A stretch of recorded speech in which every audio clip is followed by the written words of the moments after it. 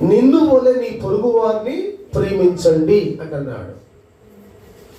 ప్రియ దేవుని బిడ్డలారా, దైవ సన్నిధికి వచ్చే మనము దేవుని యొక్క వాక్యములో ఉన్న సారాంశం మనం మొదట గమనించాలి, గుర్తెరగాలి. ఆ ప్రకారంగా జీవిస్తూ మన బ్రతుకును మనుగడ ముందుకు సాగించాలి.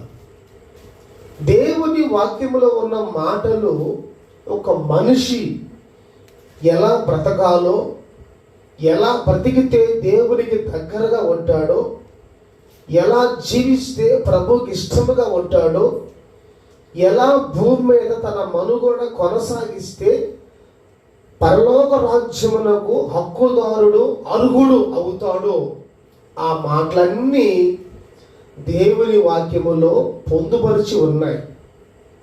పాపం చేసిన వాడు ఏమవుతాడో, ఎవరెవరు పాపం చేశారో వాళ్ళ గతి ఏమైందో, ఎవరెవరు భక్తి చేశారో వాళ్ళ స్థితి ఎలా పెరిగిందో అవి కూడా దేవుని గ్రంథములో చక్కగా వ్రాయబడి ఉన్నది. దేవుని యొక్క మాటలు, దేవుని యొక్క గ్రంథము ఎవరి పాపాన్ని దాయిలా, ఎవరి భక్తిని దాయిలా. పాపాన్ని ఇది పాపము అన్నాడు దేవుడు, భక్తిని ఇది భక్తి అన్నాడు. పరిశుద్ధుడిని ఇతను పరిశుద్ధుడు, అపవిత్రుడిని ఇతను అపవిత్రుడు అన్నాడు.